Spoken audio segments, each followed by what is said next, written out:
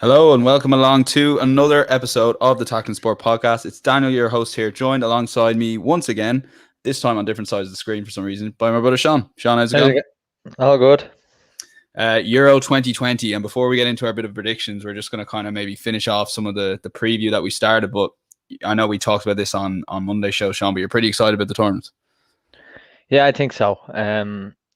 I think there's a lot of kind of teams that you have a lot of stories going into it. I think certainly with the big teams, you think France, to go European finalists and then World Cup and then maybe to do it again. A lot of people's favourites. I think if I was to have a punt on any team, I think it'd be France that I go with. But then you got Portugal who could do back-to-back European championships. You've got, the likes of England who are probably looking for their maiden win in terms of that group of players. And then you look at someone like Germany and all the turmoil that's happened in German football really at a national level ever since they won the World Cup, and all the stuff with Ozil and Gundogan, and doesn't doesn't always seem to be well in the camp at times, but they kind of seem to be found something recently.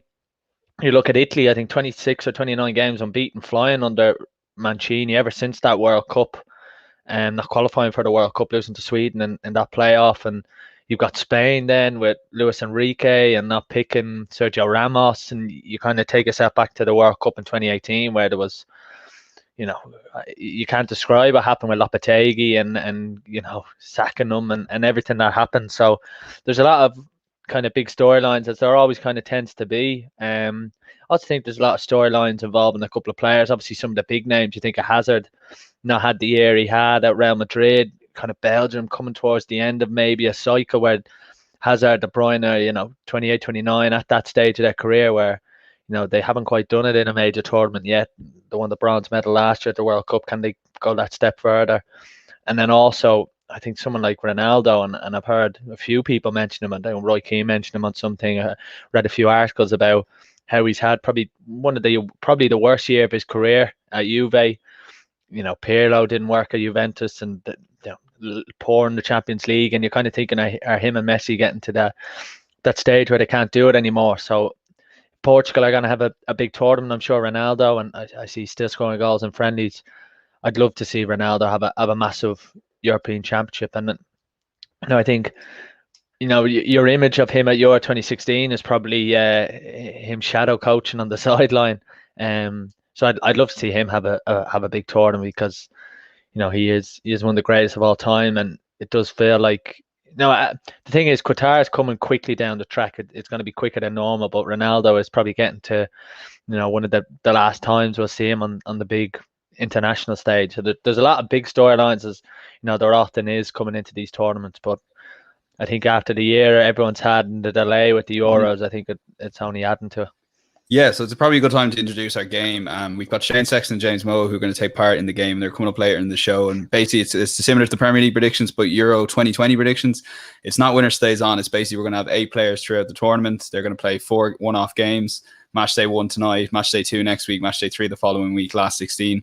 4 winners then take on each other in what would be the quarterfinals at that stage, but the semi-finals in our tournament if you're still with us, and then we'll have a final which we'll be predicting as the semi-finals. And we'll throw some sort of prize together just to get a bit of fun to a bit of predictions, get a fan involvement, and we want to, if you are interested in doing it, because I still have a couple of spots available, get on to myself or Sean. But one thing you said, Sean, in terms of storylines going into the Euros, I suppose what's different from this tournament to any other one is it's not taking place in one country. And you gave me the example before we came on air that England could obviously play all their games in Wembley, but if they slip up and come second or third, that last 16 game could be somewhere like Copenhagen if they come second, I think, or third it could be somewhere like Baku. Yeah, I do think it's a bit funny the way obviously it's panned out, and this was supposed to be a major year, or 2020 is supposed to be a major year, the celebration of a lot of things, and UEFA had a lot of things planned. But I do think it can kind of help you if you get on a run, and certainly I think England, I think Denmark are another team. They're going to play a lot of their games in Copenhagen. I think it just helps you. It can help you get on a run, and England, if you're just looking at St. George's Park and the base they have, and I'm sure Gareth Southgate, if they do win, I think a lot of that could go back to having those games at Wembley. I do look at teams like Wales, who I saw were training in Baku there before their game, in like 35-degree heat, and they're going to come back then. I'm not sure where they're playing their next game, but it does seem like there's a lot of chopping and changing. Italy are going to play their games in Rome. So I do think, especially with COVID, it's very easy to pick up in international travel. Everyone knows that now, but it does seem like any sort of COVID breach or any sort of thing like that could hamper the whole tournament, but could really knock a squad. And I'm not sure how Spain are going to cope with what's happened with Busquets and having players in different bubbles. I'm sure it's a logistical nightmare, but I think with everything, I think they'll just be happy to get it going. And once the tournament starts, like it always does, I think it's going to fly by. And just on that though, I do think when it starts, people are like, again, I know I'm repeating what I said Monday, but I haven't caught my head around that this tournament's taking place in like 11 different locations, and pre-COVID that was a bit of a stupid idea, but obviously now it's a bit of a stupid idea. But I guess that there could be probably more storylines about the fairness of it, like whatever about being able to host a tournament yourself, like Germany 2006, the World Cup. There was, everyone was signed up and they didn't have to travel. Whereas like if England are playing in Wembley the whole time, it's not fair on like Wales who are going back and forth in Europe. You know what I mean? Yeah, but it's kind of been agreed, and classic UEFA sticking to their principles. And obviously, we would have hosted games. We would have hosted Spain. It was very structured the way we were going to play, and I think it's probably a little bit too structured when you look at the group. So, but look, hopefully, I think with everything, once it gets up and running, but I think it can help those teams. Certainly Italy, and places like that where they're tough places to go anyway, they just become even tougher. I think, some of those Eastern European countries, I think we even saw it in the Hungary game the other night against Ireland, how difficult it is when you add fans back into the stadium. So I think it will play a big part. I think how big we'll find out at the end, because certainly if a team like England gets on the road, and even just, if you're the English team, and I'm sure the semi-final or the quarter-final and it's in Wembley or whatever, and I'd imagine Wembley Way will be packed with England fans, whether they can get into the stadium or not. I'm sure the buses will be getting cheered on everywhere, and that can only help them, and it can only help Italy and teams like that. And I think maybe if you're a Wales or somewhere where you're traveling a lot more and you're not really, you don't feel connected to your fans, I think that might harm them, because I remember from being at the Euros in 2016, and there was a couple of Wales fans up the north of France near Lille. They were everywhere, the Welsh fans. They're absolutely brilliant. They've got that colour similar to, Sweden or Ireland or Netherlands. You just connect those countries with colour, with the colour of their jersey. So I think maybe a team like Wales could maybe miss that slightly. And I do find teams like that are going to struggle to get on a run and go on a journey without that big fanfare. And maybe if you're a Denmark or someone who are playing games at home, or Scotland even, where they're playing in Hampden, 2 games in Hampden, 1 game in Wembley, they just get that and they get on that buzz. And I do think that can really help a team. And I put it this way, I do think if you're a team like Wales who aren't playing games in front of big home fans, I think they're going to struggle to get on and have maybe a tournament like they did in 2016, where everything just seemed to go for them. And what Wales did in Euro 2016, was unbelievable with the resources they have. So I do think, teams are going to struggle to do that. But maybe there will be a surprise. But if it is, I think a lot of things will have helped them, and they'll have home advantage. Yeah, like it's annoying because like my memories of Euro 2016 is Ireland playing, the fans and being involved, all the fans, the French fans, and obviously the English fans kind of went the other way there. But I guess that's just some of what we're potentially missing. But we won't kind of give out too much, because I think it is some storyline that a lot of the TV coverage will cover. When it's the unfairness of it, perhaps. But maybe like looking at some of the groups, I know we're going to cover this in our prediction side of things, Sean, but if you want to have any kind of takes on any of the teams. So Group A will take place in Rome and Baku, and it features Turkey, Italy, Wales, Switzerland. Yeah, Switzerland, they topped their qualifying group. They just seem to be a really strong international side. I watched them. They played up in Windsor Park. I'm not sure, was it the last qualifying campaign or even in the playoff, and they were just brilliant that night. They probably don't. For example, Shaqiri was playing a lot more for Liverpool back then. I'm not sure how well they're going to go this year, Switzerland. And then obviously Italy, I think a lot of people are really looking forward to seeing them, because Mancini's gone in there. it did feel like almost the death of Italian football when they missed the World Cup there. You know, they're one of the greats. You just always think of them. You think of Euro 2012 as well. So I think for Italy this year, I'm very interested to see how they get on. And you know, not in the hardest group in the world, and I'm sure they'll be looking to top that. And like I said, play their games in Rome. And at Wales, look, you forget everything with Ryan Giggs and what's happened in Welsh football. You know, a lot of things have gone against him over the years, and you think, God, back to Gary Speed, God rest him, and things like that. And this year, it does feel like they don't have that buzz like they did in 2016. They're not going into the unknown like they were then. And obviously, a lot of those players are older. A few players have moved on. Ashley Williams and players like that. Robson Khan, who's had a couple of issues when he broke COVID restrictions the last time. So they're not as sort of that innocence anymore about them. And I think they might struggle personally. But I'm very, very much looking forward to seeing Italy this year.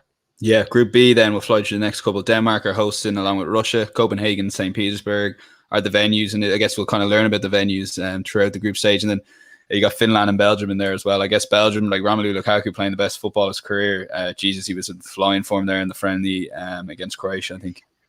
Yeah, I think this is not going to say it's the last dance for Belgium, but I certainly think for Roberto Martinez, I think it's a big tournament for him as well, because he's been linked with a lot of jobs in the Premier League as well. But you know, he's got Thierry Henry back in with him now.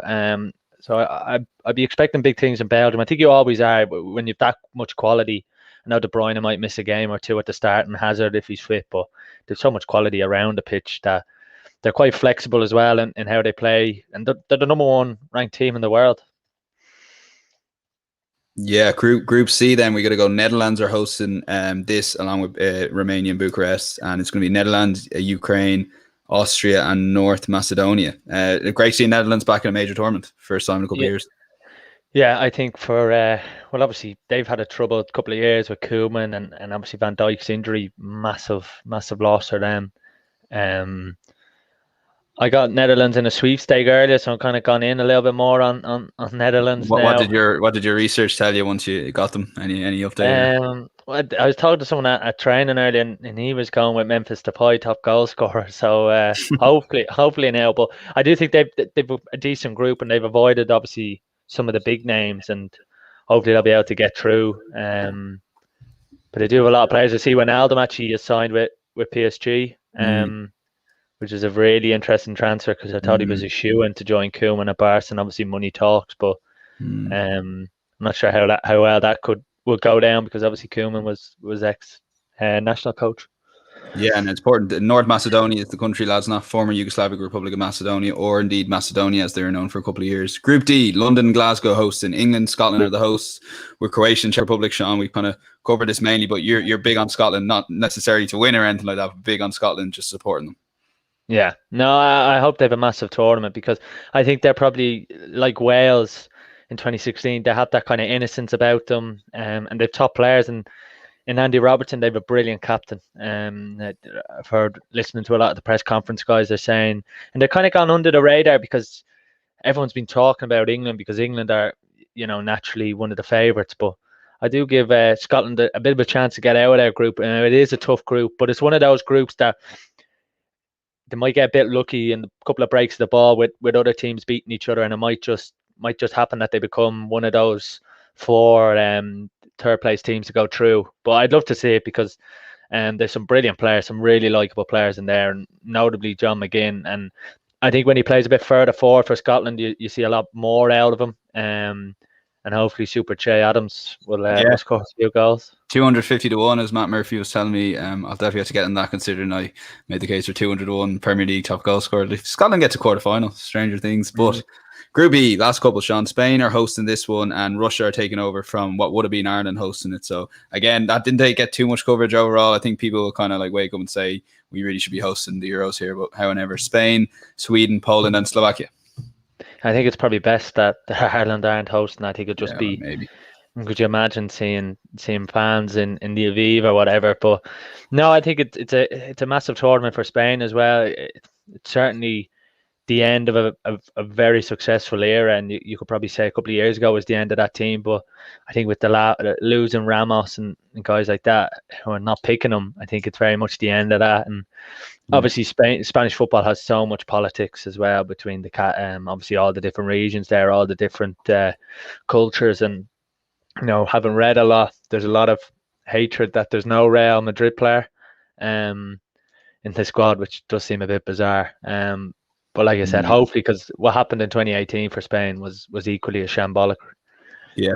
Group F then, this is the group of death. Hungary are hosting along with Germany, and then you got France and Portugal. Now, you mentioned they're the 4 best third place teams. So I do think people are making too much of it realistically. You'd presume the third place will come out of this, but there's 66% chance, but also the fact that Hungary will probably lose all 3 games, in which case that should guarantee the third place. If I've done my maths right, if 3 points should be enough. Yeah. So they're all going to get through, to be honest with you. It kind of makes a mockery of the 24 teams. So I don't want to put a damper on it too much, but the group games aren't that important overall. So long as Hungary turn out like they did against Ireland, probably, which wasn't amazing. Yeah, the group stages is more kind of jostling for position, and you don't really want to show your hand. But I do think when you have a team like Hungary are no pushovers either, so they can cause an upset by maybe picking up a point somewhere along the line. But if you do have a team like North Macedonia or maybe a Finland where you do feel like they're a lot weaker and they lose all their games, it does increase the likelihood that third place team and those 3 teams will go through in the group. But yeah, it's the group of death. There always seems to be one. I think it's bizarre. I think it's all part of the promotion of any tournament, that there always is a group of death. But this is as big as group of death I've seen for a while. Maybe not as big because there's only it's a pity, isn't it, that there is, because it would make that final match day massive if one of those teams was to go. But if Hungary get a point or something, or nil all half-time. You can't look past France, but there's some very interesting storylines for Portugal, obviously Ronaldo, and Germany for Timo. Can Germany find Timo? Well, you gave Timo a shout out. Well, there's a lovely Mancini there in the background. We're going to move on to our Euro 2020 predictions. So yeah, as I mentioned at the top of the show, this is going to be a bit of crack. It's not winner stays on this time. It's going to be the same format as the Premier League predictions, only this time the winner of this game will qualify for what would be the semi-finals if we're going to have 8 people on the competition. So yeah, let's see how quick we can do this. Well, let's welcome first Shane Sexton to the podcast, and then we've also got James Mouatt to the podcast, and the band is back. Jim, man, what's the story with your hair? I was just from the gym. I'm sweating big time. How's it going, lads? How you getting on, lads? You okay? Not too bad. We're keeping well. We're all set for Euro 2020 action. Shane, you're looking forward to the tournament? Yeah. Firstly, I think we have to address the elephant in the room. The fact that I lost Premier League predictions after going, 6-7 in a row, and then it became an FA Cup hybrid. So there's obviously a massive asterisk over that. But yeah, looking forward to taking on Jim in the Euros. Jim, looking forward to the Euros. Are you much of an international tournament watcher? I would mostly, yeah. Maybe not as much this year. I don't like the way it's all around Europe. I think it's kind of takes it away from it a little bit. But sure, I'll watch it. Whatever's on, I'll watch it. Yeah, absolutely. Before we get into the game, Sean, you're similar enough to the lads. I know we talked about it just in terms of the tournament, but predictions wise, looking forward to this week. Turkey, Italy. I presume you'll be watching. Got yourself on mute there. Oh, the first game is always quite memorable, so we even got back to South Africa World Cup. So hopefully something happens in this game. Absolutely. So look, first game, as I said, is Turkey versus Italy. It's going to open the game, Shane. Are you on the Italy Mancini kind of bandwagon? They seem to be kind of tipped up in a lot of places as the Shrewdy bet. There's always a Shrewdy bet, I guess. Yeah, the dark horse, the wise guy bet. Yeah, I suppose with Italy, playing all their matches at Rome, and they've Mancini has really put in a good system there, in fairness to him, and I'd fancy Italy to do a classic Italian performance and just take an early lead maybe and just defend it and just go out and win 1-0. J-Man? Yeah, I think Italy will win this. They've won every game since 2018 or something. It's ridiculous. Unbeaten, I think. But no, they got a really good team. I don't think Turkey really. They got that Yilmaz guy who's 90 up front, and then Changanonglu, or whatever you call his name. But I think they'll win 3-0 Italy. 3-0 Italy. And Sean, you reckon the same in terms of Italy against Turkey? Yeah, I think I have a 2-0. 2-0 for Italy. Right, we'll move on to game 2. Jim, we'll stick with you. Wales versus Switzerland. Gareth Bale's your man. Kind of sell us the Gareth Bale dream. Has he got one more European night for Wales in him, or what? It is one more tournaments. I think he'll play this tournament, then play for Real Madrid next year, and then retire. I don't know. We Spurs have a few players. They got Bale, Rodon, and Davies there. Switzerland are good though, don't they? I think Switzerland. I think this will probably be a draw. Actually, I'm gonna go 1-1. 1-1. Jane, I see you smirking. You want to get a word in maybe about Tottenham? Yeah. They've really outspurs themselves with they're doing a Roma swap manager deal, which is very interesting. I'd love to get Jim's take on this. No, listen, I don't know what's going on. I don't even know who this guy is. I don't even know what his name is. Fonseca or something. Oh, it's embarrassing. Well, a week ago we're going for Conte, and now we're going for this guy who, I don't know, John Thompson, manager, pretty much. I've never even heard of him. But yeah, Shane, what's your prediction? Yeah, no, I like Wales. Like, I don't think they're gonna maybe be as good as they were sort of 6 years ago. But I think I like that sort of Bale, Ramsey, Daniel James, like Joe Allen. You know, they've got a good blend of experience and young players. As Jim said, like Switzerland they're always a solid team. But I think I could fancy Wales here, just 2-1. 2-1 Wales. Sean, maybe a word on Spurs and the swapping with Roma managers, and then another word perhaps on Granit Xhaka leaving Arsenal. Sorry, this isn't an anti-Tottenham podcast. The Premier League's over. In the Euros. Yeah. No, I haven't really read into what's happening at Spurs, but the Xhaka move I think is an interesting one with moving to Roma and moving to Jose Mourinho. I think he's quite a Jose Mourinho player. In that sense, but no, I Switzerland are quite, like I said, quite a good team when they want to be. But it's gonna be an interesting game. It's a weird game. Like obviously with the way it's happened, that some of the host nations, only very few of them won't be actually having games there. So I think it's gonna be a weird game. Baku's a very difficult place to go for spectators. So I think this could be quite a drab game. In that regard, but. I'm not sure what way it's going to go. I think Switzerland might just edge it, like I said, because I think Wales might suffer without that kind of fanfare they have. Yeah, I think for any 0-0 backers, this is going to be the first 0-0 of the tournament, Wales versus Switzerland. But that's my 2 cents. Shane, Denmark versus Finland. We obviously have a lot of experience watching Denmark and Christian Eriksen against Ireland over the years, but they've been quietly fancied in a number of places to go well this year in the tournament. Yeah, and I wasn't too impressed with Finland when Ireland played them. I know they've got Pukki and whatever, but in fairness to the Swiss, they're always a solid team, and they always seem to put in a performance, and we always seem to get them in the qualifiers, and they always seem to make a bit of a show of us. So yeah, I'd fancy them here. I think they'll go out and beat Finland 2-0. 2-0 Denmark. Jim, Christian Eriksen's your boy. But I got Hollywood's one win out from Denmark. Yeah, Denmark have a few good players. They got a few that up Leipzig. Olsen, I think his name as well. He's decent. Yeah, when Finland played Ireland, they didn't look like Ireland are awful, and Finland didn't look too much better. I think Denmark should win this. I'll go 1-0 Denmark. 1-0 Denmark. Sean, yeah, Pukki I think is touch and go for the first game. Fitness, he's obviously be a big loss if he didn't happen. Obviously keeping Adam Eade out of the team at Norwich. Well, Finland to get here is an incredible achievement. I think it's their first tournament in quite a while, and they were very impressive in some of their qualifying games. But yeah, I think obviously Pukki doesn't start. He's their man. He's their kind of Robbie Keane that Ireland had for a lot of years. But I kind of like to see Denmark do well. Obviously, we know their team quite well.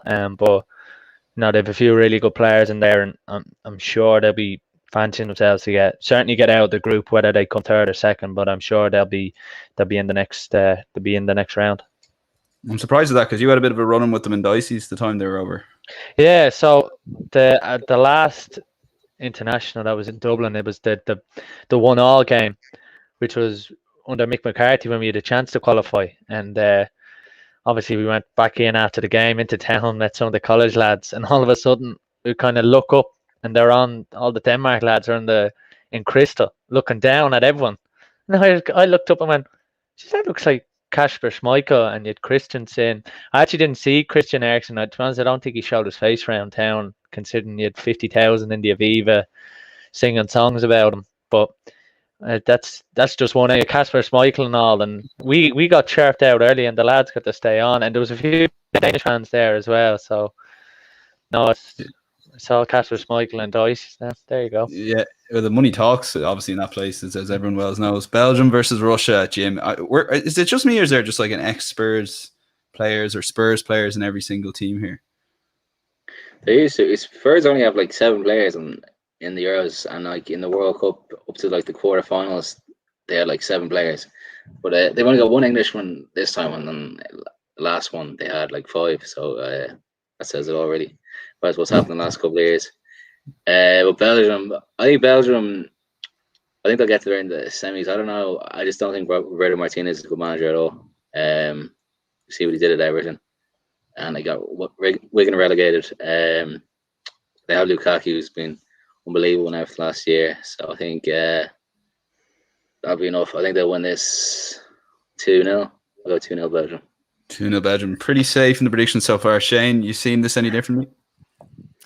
Hard to see this one different, in fairness, just with the quality that Belgium have. I wouldn't be too gone on Roberto Martinez, but I just think the quality of players that he has, like Lukaku, you could see Lukaku banging a good few goals, just even in the group stage. I think I'd go with Belgium 3-0. 3-0 Belgium.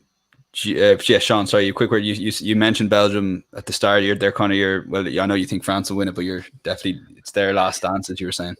Yeah, I think it's a great chance for them, because obviously when you're the number 1 ranked team in the world and you got to 3rd place last year, I think anything other than getting to the semi-finals is a failure for them, and I think they should really with the squad they have. I know I think England bet them in the Nations League, but I think they should have won that game anyway, and they missed a good few chances. I think they had a couple of VAR issues, but it's not an easy first game. I mean, to play Russia in Russia, especially maybe without De Bruyne, I think it could be a bit of a struggle for them. But I expect them to get over the line. Yeah, Jim, we'll stick with you maybe then and go to England versus Luka Modric, 2:00 at Wembley Stadium. How do you see this game going? It's a big good game. I don't know. I think England have everything really. Or a good manager and maybe a good partner for Harry Maguire. I think it's outrageous if they don't play 4 at the back for the whole tournament. Like the amount of attacking players they have, they should be playing like Grealish, Foden, Mount. They should play all playing. For me, well, Croatia, I think they still Modric. Kranjčar doesn't play with them anymore. Kraljuka's still there. Kraljuka's about 38. He's still playing centre back for them. And Mandzukic, Rakitic. But I think just because it's in England, I think England will win this 2-1. I'll go 2-1 England. Shane? Yeah, I sort of like Croatia. Like they have the experience. They've faced England a few times before. Like obviously they're, as Jim mentioned there, they're getting on a bit. But for a first game, England just. Obviously, England are favourites. It might come to a stage where, both teams will just sort of fancy a draw, move on, and, focus on the next 2 games. So, yeah, I think it would be 1-1. And neither side will be too disappointed. Maybe, obviously, probably a better point for Croatia, but, not the end of the world for England. Is that full capacity, that game? No, I think it's 20,000. I think it's what it's going to be for the... what the FA Cup was. But one thing I would say is I think Gareth Southgate a few things have gone against them, but I definitely think what's happened with the Champions League final and then the few injuries they've had. Like, I'm sure Gareth Southgate knows his best team, but I think it's about getting them all on the pitch at the one time. I'm not sure. I think he'd be foolish to risk Maguire, because I think if he isn't fit, which his first day of training was today, so that only gives a couple of days. I do think that'd be a massive risk, and I think it'd be one too early, if I'm honest. I think I will play three at the back for that game. I think he'll play Walker, Stones, and I think he really likes Tyrone Mings, which I think is a. You're not a fan, are you? I mean, see, Jim isn't either. I have a lot of respect for him, obviously, with the way what's happened with how he's gone from non-league or not even playing, really working to getting himself through with Mick McCarthy into Bournemouth, then took a really brave decision, leaving the Premier League, going on loan to the Championship with Villa, getting that reward, getting promoted, and being a firm fixture in England squads. But I do think he's too slow. I think at the elite level, I think he might get found out. But I think England will have enough quality to going forward. I mean, if they click at any stage in this tournament, I mean, it could be explosive. Foden, Grealish, Mount has to start. I think Declan Rice has to start. Kane. But other than that, I'm not sure how many guaranteed starters there is, and there's very much a lot of position for places. But I think Southgate needs a positive result, and if he can get one, that momentum will just come, and I think it'll be like 2018. Everything will just fall for them. Yeah, like, I'm looking forward to the game, lads. We've kind of gone through them. I've been pretty excited by all of them. Shane, you're going to have to sell us the Austria versus North Macedonia, because some lads will be out in the pub at 2:00, especially in England, obviously, but even in Ireland, like, haven't been out in the pub all for, I don't know, like a year and a half, and they finally get to go to watch the England game. Are they staying on for Austria versus North Macedonia, or? I mean, North Macedonia beat Germany 2-1, so they've got course form. Like, I'm no North Macedonia expert. I'm not going to sit here and bluff, but they did beat Germany 2-1. Look, we have our experience with Austria, playing against Ireland and stuff. But yeah, I think I'm cheering on North Macedonia. I think I'm in their camp. If they can beat Germany 2-1, they can beat Austria 1-0. So that's good enough for me. I've heard worse logic on this podcast. So, Jim. Yeah, I think this is why I'll be in the next round and Shane won't be. I don't even know anything about North Macedonia. I'd be surprised if they're all even professionals. But Austria still have Alaba, and did they have that lad who used to play for West Ham, the striker who went off? And Outovich, he didn't. Yeah, he didn't play in that game. Yeah, he didn't play in that game against England, but I think he's gonna be playing. Yeah, I think Austria win. I don't know, 3-0. 3-0 Austria, Sean. Yeah, I wasn't that impressed with them in that friendly they played against England. I think they're quite well organised. Yeah, I know North Macedonia did beat Germany, because I think everyone remembers that Timo Werner miss. But I do think someone like Austria, I think they're probably on a hiding to nothing, and they just don't want to get a big team and probably get smashed later on. But I do think they'll get into the round of 16. But it's pretty hard not to get into the round of 16, as we know from Ireland. Yeah, well, that's very true. Wales and Northern Ireland obviously made it last time as well. Netherlands versus Ukraine, Jim. Like, it's definitely a better game than the middle game on Sunday. How do you see this going? Like we were saying before, I think Netherlands' first tournament in the last two that they qualified for. Yeah, they have some good players. Obviously, Van Dijk's the biggest miss for them. Obviously, I think I don't know much. Yeah, I think Netherlands are pretty good, and I think they should have won this pretty comfortably. I'll go 2-0 to Netherlands. 2-0 Netherlands. Yeah, Shane, how do you rate Netherlands' chances going into the Euros? They're kind of like a, I don't know, dark horse, but I don't think many people are fancying them really. They had a great chance, and then Donny van de Bench got injured. So, Jim said they're missing Van Dijk. I think they're missing Donny even more. That's my personal opinion. Poor fella can't catch a break. Get on with it, Shane. With Donny, I thought he'd get a few minutes. This over the next month or so. Been a disaster for him, hasn't it? Joking aside, it actually has. Genuinely, poor fella. And Ukraine have a few ballers, and the Dutch, probably on on paper they're definitely stronger. But again, that's sort of first game of the tournament. I'm going with my logic that neither team really wants to lose. So 1-1 for me. 1-1, yeah, Sean. Into just on Shane's point about neither team wants to lose. Like there are relatively low scoring games in the first game compared to the rest of the tournaments generally, and that trend continued in the 2014 tournament last time. Even though like you think the teams would go for it more, they've actually got more defensive as a result. Yeah, I think it's gonna be hard games to call. In fairness, because you take Belgium going to Russia. You don't know just how it's going to react. You don't know how players who haven't played in front of fans for quite a while are going to react. There's also a lot of kind of subplots to the whole thing. What's going to happen at Wembley for the England game? Are fans going to boo the knee? Is there just going to be all this tension around some of these games? Is there going to be COVID issues for a lot of teams? So I think it's going to be difficult for some of these teams. I think if you gave the Dutch and Ukraine a draw, I think they probably take it because it's not a disaster. I think both teams will go through. I think Ukraine are a decent side, obviously managed by Shevchenko, and they've kind of been on an upward curve in recent years. There's a couple of these teams who've been on an upward curve slowly but surely that you probably miss at times in the qualifying because there's so many qualifying groups, so many teams, so many games. But Ukraine have been on an upward curve themselves, similar to Switzerland.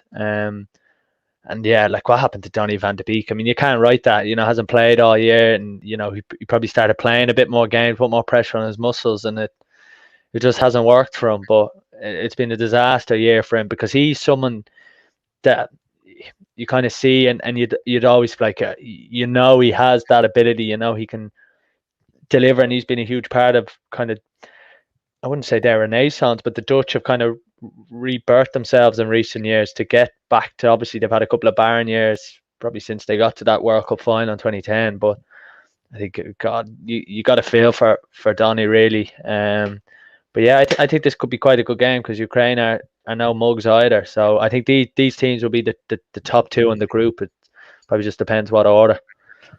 Yeah, so now we get to my favorite part of the tournament, when it's like Monday, everyone's back in work or whatever, and you've got games at 2:00 on a Monday. So like Shane, you've got Scotland versus Czech Republic. Like I don't think anyone will be working in Scotland on Monday, let alone Ireland. But will you be kind of having it on in the background? Don't want to hang you completely now and live broadcasting or anything, but I have the laptop here and I have another screen here, so we'll just be working away and keeping an eye on McTerminator ripping it up in the Euros.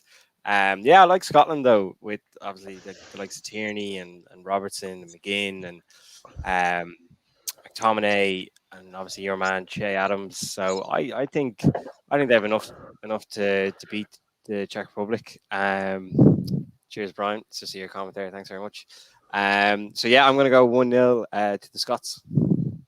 yeah, the comment was well done. Great performance on Tuesday night for Part Celtic. Jim, it's like, why is Jim back on this podcast? Same commenter. Jim, Scotland, Czech Republic. Good cue. Scotland. I think Scotland will win this. Scotland. It's mad. Like Ireland used to be as good as Scotland now, and Scotland have all these Premier League players, and Ireland probably they have like 2 or 3 Premier League players. They're just better in every position in Ireland now. So yeah, I think Scotland will beat this half West Ham team with Soucek and Kufa. I think they'll beat them. I don't know. I'll go 3-1 to Scotland. 3-1 Scotland. Sean, yeah, it's a good point from Jim. To be fair, like Ireland and Scotland were pretty neck and neck maybe a few years back, and it's kind of all changed. Yeah, well, both kind of weird how both sides have gone the path since probably that Scott Maloney goal. Do you remember at Celtic Park it was, and obviously Scotland kept going and then have eventually started to rise up, and Steve Clark's now in charge. I think his starting 11 will be very interesting. What way he goes, he's going to play 5 at the back. That's the way they play. But does he play Billy Gilmore in midfield? And I've heard a lot of Ewan and Han for him. I've watched that friendly the other night. Thought he was pretty good when he did come on. Yet to make his full start, so I'd be very shocked to see him be given it in front of fans at Hampden Park in the first game of the Euros. But I do think for Scotland, if they do beat the Czech Republic, I think they can get that momentum that Wales did, and the fact that they're playing 2 games at Hampden and 1 game at Wembley, I think will give them enormous belief. I think if they beat the Czech Republic anyway, I think they'd be pretty sure that they they have a very high chance of going to get out of the group, but it really gives them a free pass at England and Croatia. And like I said, they've enough quality there. What they have lacked is an out-and-out goal scorer. They've tried Lyndon Dykes there. Never really been a fan of him, but in Robertson, Tierney, McGee, and McTominay, they have a lot more quality around the pitch, and whether he starts McGregor or Gilmore or what way he goes. But it's a big tournament for Steve Clarke as well, because a lot of people, I wouldn't say have doubted him, but a lot of people have questioned how big a role he's had to play in Scotland getting to the Euro. So I'm sure all eyes will be on that team selection on Monday. Yeah, Sean, just the point you make, like one win pretty much guarantees you. Like Northern Ireland got through last time with 3 points, so it just shows you like last couple of games here, lads. We got Poland versus Slovakia, Shane. It's going to be Monday at 5 o'clock. How do you see this game going? Obviously, Rob Lewandowski, the main attraction here. Yeah, Lewandowski I'd say he'll score a couple of goals here, and to be honest, I wouldn't be no expert on Poland or Slovakia. But Robert Lewandowski, I'd say, could bag himself a couple of goals. What do you think, Jim? Yeah, Lewandowski's good. I think Jim's in the same boat. He's just laughing away. Was Slovakia or Slovenia who beat Ireland? Slovakia. Slovakia. Yeah, no, Slovakia aren't even that good. They barely beat Ireland, sure, didn't it? It was only in penalties. Yeah. So just because of that, I think Lewandowski will win 3-0. Shane? Lewandowski will win. It's going to be a very exciting tournament. Going off Jim's predictions, it's going to be like 4 or 5 goals every game. Whereas I think it's just going to be one goal probably decide each game. I'll go 1-0 Poland. Yeah, Sean, I'm kind of with Shane, to be honest with you. You always get excited for these tournaments, but they end up kind of being low scoring, especially in international football, because you just don't have the time like they do at club level to try and come up with some sort of attacking system. Yeah, and I must say, when Poland played, it was a friendly, I'm pretty sure, against England at Wembley. I thought they were really, really good that night. When without Lewandowski as well that night, Szczesny in goal, I thought was good. Slovakia, I agree with the lads. When we played them, I mean, how we didn't beat them. It's actually depressing trying to think back to it. So I think Poland are going to win, and in Lewandowski, someone who's just broken the Bundesliga record, who's just taken Muller's record, I think 41 goals. So, he's full of confidence, and yeah, I think Poland are a well-drilled side. From that night they played in Wembley.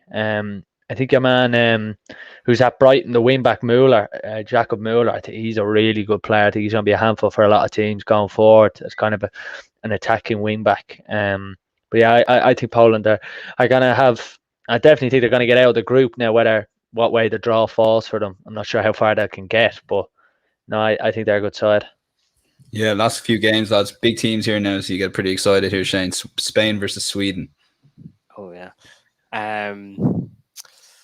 Yeah, in fairness, Spain have sort of rebuilt themselves and are on the up. I think it's mental that Ramos isn't going to be there. And I think Busquets, who's the captain, he has COVID, so he might miss this game. But even still, I just don't think Sweden really have too many top players. I know they've got the Iceman, Lindelof, but a bit of suspect now, in fairness. So yeah, I think Spain will have enough, probably just dominate the ball in typical Spanish fashion, and fancy them to win sort of 2-0. Yeah, J-Man, into you. How do you think Spain are going to get on this tournament? I don't know. Kind of the golden generation of Spain's kind of done now, isn't it? And they're now Real Madrid players. They got Laporte in there now, who's a great player.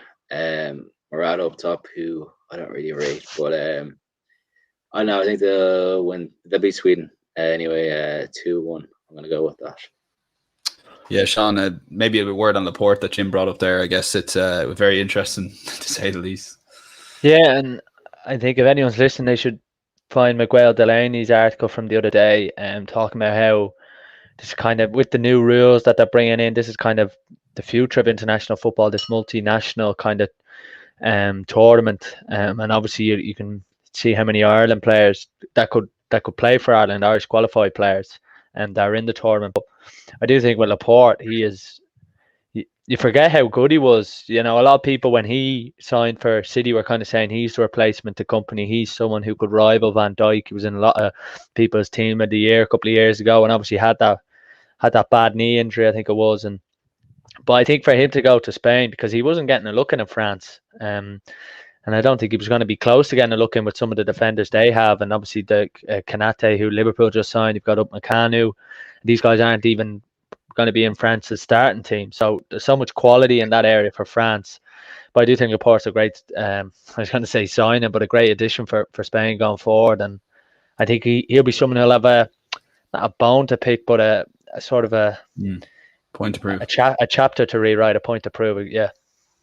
Absolutely, yeah. Tuesday's games. Then we have only two games. There's no 2:00 kickoff here, so people might feel a bit empty. But at 5:00, Shane, we got Hungary at home to Portugal. Obviously, Hungary drawn 0-0 with Ireland there the last day, and Portugal, coming in here as champions with I was going to say arguably a better team, but I'm pretty confident saying they do have a better team than they did in 2016. Yeah, and Portugal beat Israel there the other night 4-0 in a friendly. So then they just have so many good players, and wasn't really too impressed with Hungary against Ireland. Probably another game Ireland could have won. So yeah, you've got to feel a little bit here for Hungary. They're probably going to get the wooden spoon in this group. And funny enough, you just think of Ronaldo playing for Portugal. There just hasn't really been much talk of him. In coming into the tournament in general. I know Juventus haven't had their best season and whatever, but you could see Cristiano really just turning it on, and just showing the world that he's not exactly done. And then obviously you've got Diaz and Cancelo and Silva and Fernandez and just João Felix and the serious quality of players. So yeah, I think Portugal will win 3-0 here. I do think there's a lot of goals in this Portuguese side, so I fancy them to do the business. Remember, I had them back for Euro 16, Shane, and got some abuse before, during, and after the bet, despite it winning. Yeah, I gave you abuse as well, but I think I put a tenner on it and mentioned it in the final. I was like, oh damn, we win here, 170 quid back. So yeah, and they didn't win a game in the group stage. I think still got through. Jim, Portugal away to Hungary, but playing Hungary or away to Hungary. Portugal are my picks for the tournament. I think they're 8-1 now. I think just the players they have, it's ridiculous. Cancelo, even Ronaldo, Bruno, and all the rest. But Hungary definitely come last in this group. If you can't beat Ireland, you don't have a hope at the moment. So when I go 4-0 to Portugal, pretty easy. Bruno get a hat trick. Nice, John, is it gonna be that easy? No, but isn't it? I was just thinking, because I went back and kind of watched a bit of Euro 2016, bit of nostalgia. But I was doing the junior search, so I missed a good bit of the games. But you forget how big a star Renato Sanchez came out of that Europe, the Euros. But I do think it's one of those tournaments where you do find a couple of players. I remember Ozil one year in the World Cup, James Rodriguez a couple of years ago. And I do think with Portugal, I think you just have so many players. The one thing I would say about some of them is Diaz obviously didn't have a great end to the season. Ronaldo didn't have a great year with Juve. The big question marks still have to arrive with Fernandez. Obviously an unbelievable player, one of the best players in the Premier League, but in the big games, in those big moments, is he going to be able to deliver?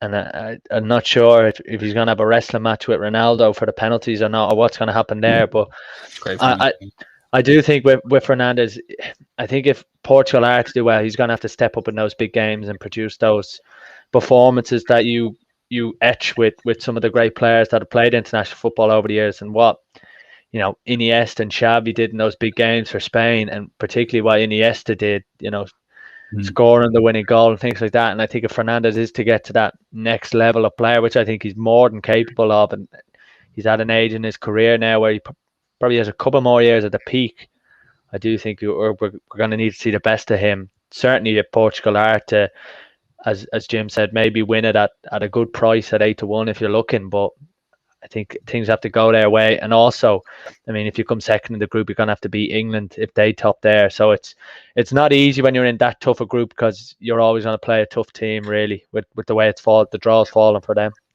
Yeah, Shane, quick word on Bruno. Can he do it? Yeah. 100%. Yeah, player of the tournament. There you are. That's you, Tal there. Diogo Jota, of course. I don't know if you want to mention he's another Jota, starter. Jota, yeah. So the serious team there.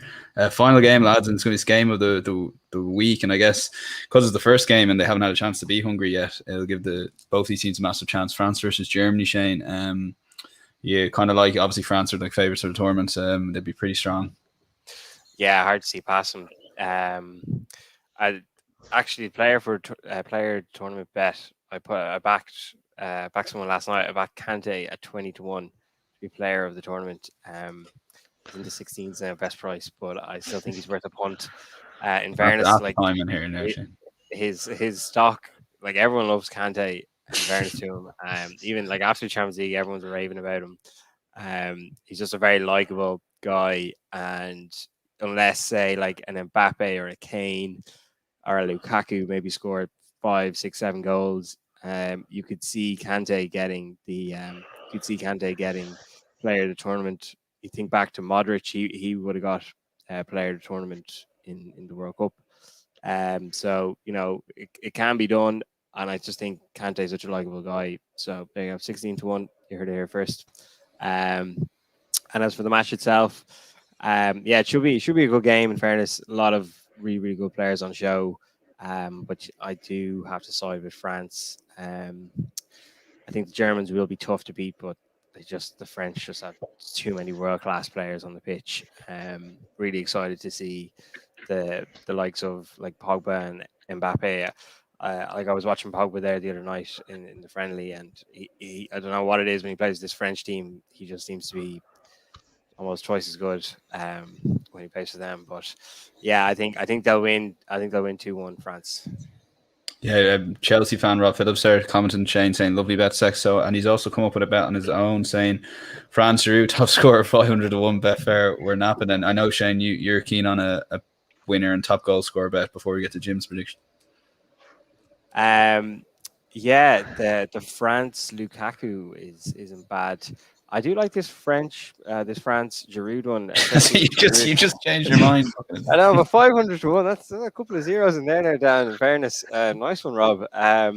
Especially with Benzema picked up a knock, and Giroud's only 5 or 6 goals away from Henry all-time goal scorer. Like 5, I think. He's just the most underrated footballer in the last 20, 30 years. He's just so good, and he's made a career out of getting to that front post and just getting in before the defender and in between the keeper's legs there the other night, and he's just scored so many goals like it. So yeah, I wouldn't put you off a couple of euro on that one for Rob. I like that. But yeah, maybe France to win, and Lukaku top goal scorer as well. I think it's 40 or 50-1. That's not a bad one, but yeah, there's a few fun, funky bets out there. So yeah, J-Man, France, Germany. Yeah, I don't know. There was a bit in regards to Giroud. There was a bit of a spot there with him and Mbappe there the other day, wasn't there? Giroud saying that nobody was passing to him.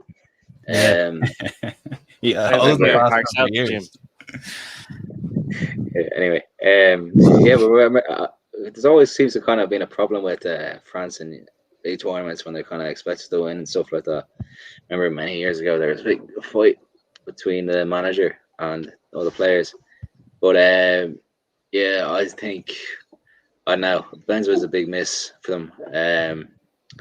But I still think they'll easily get through the group. I think they'll finish off with the group, and then maybe Benzema might be back after that. But I think they'll beat Germany. And I go, it's gonna have 2-1.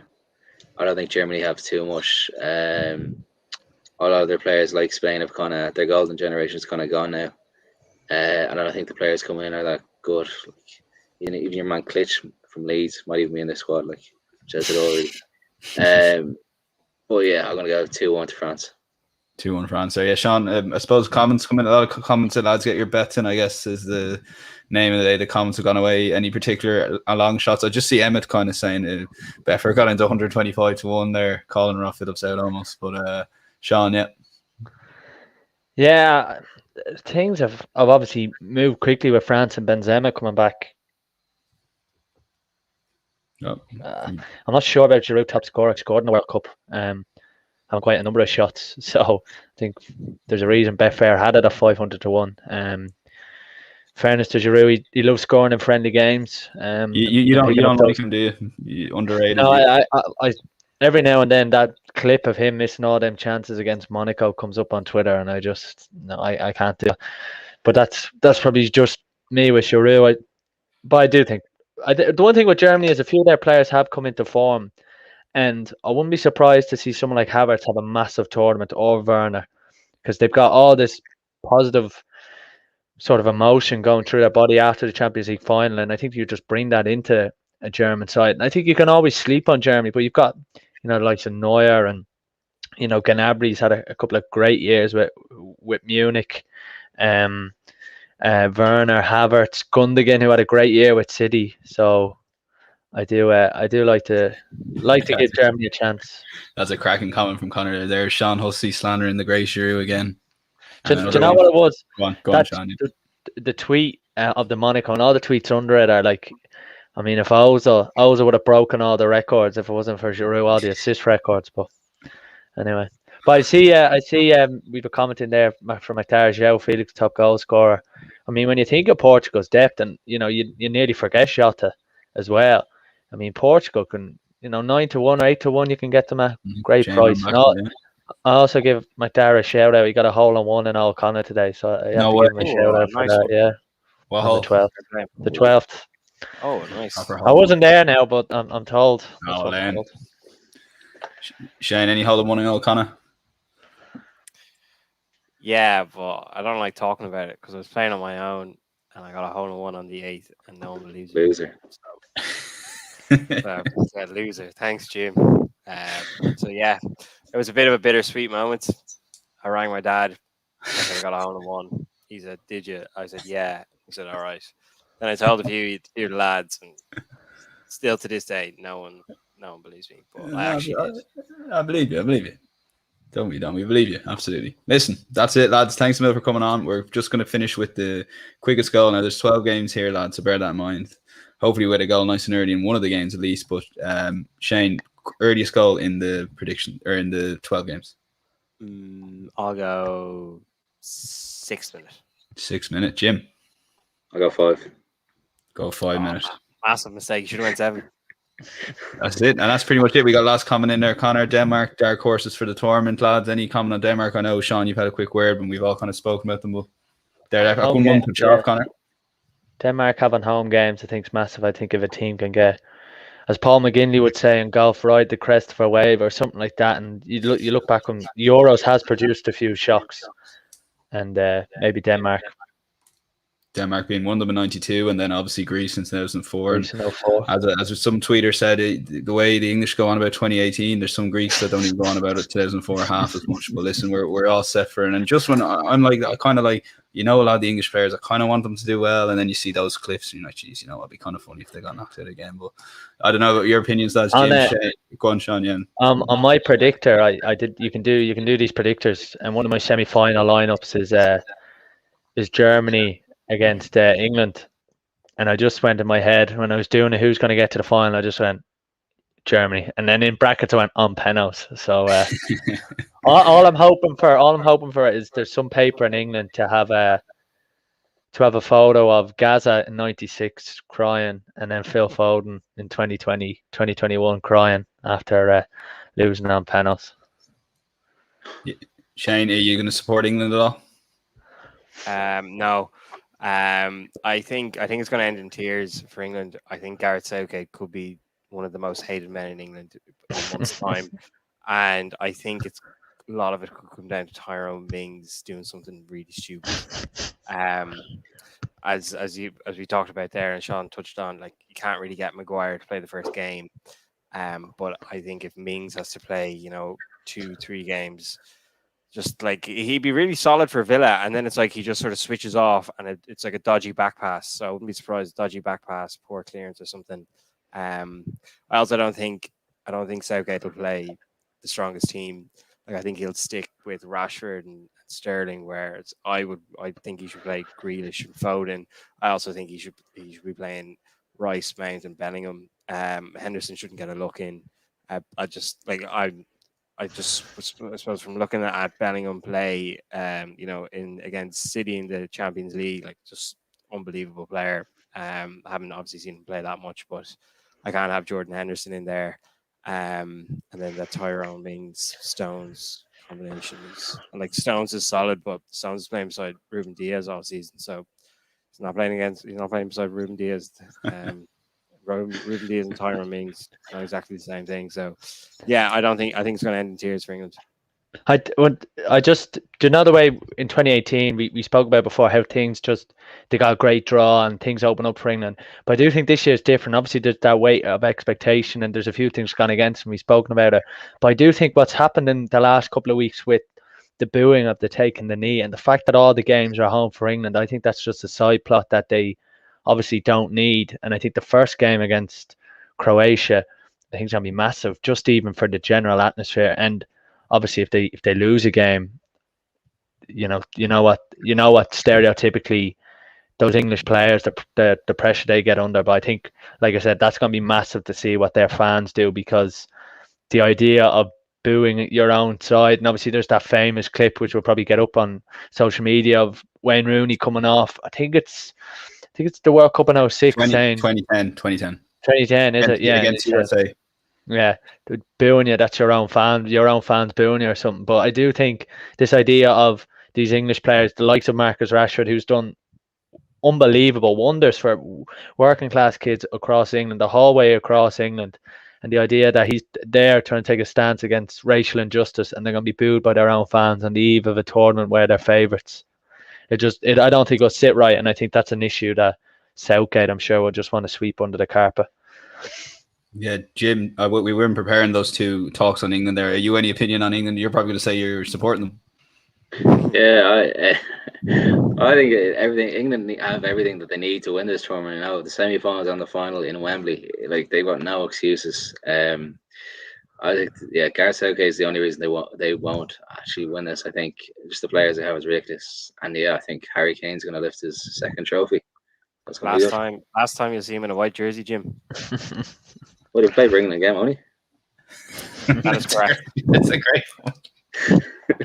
I've been well and truly mugged off there. Yeah, what's his first trophy, Jim? Are you talking about that Asian trophy? The Audi Cup. The Audi Cup, yeah. The Audi Cup, yeah, that's what I thought. Yeah. It's confirming for the viewers. And we got a comment in there saying it's coming home. Greetings from North Macedonia. So there you go, lads. It's coming home. That's it. It's out tackling sport. Euro 2020. There's definitely potentially Clune Sheen's work there. But best thanks to Jim and Shane for coming on the podcast. Thanks, lads. Appreciate it. Cheers, lads. Thanks to you, Sean. Cheers. And we'll be back, and judging by this England talk, we might just have to have a show after every England match. But for now, our next live show will be probably Tuesday after the lads' Matchday 1 for the Matchday 2, the Euro 2020 predictions. And yeah, whatever you do, enjoy the tournament. Best of luck. It's going to be football on every day for a month, all on free to air TV. So mind yourself and have a great weekend.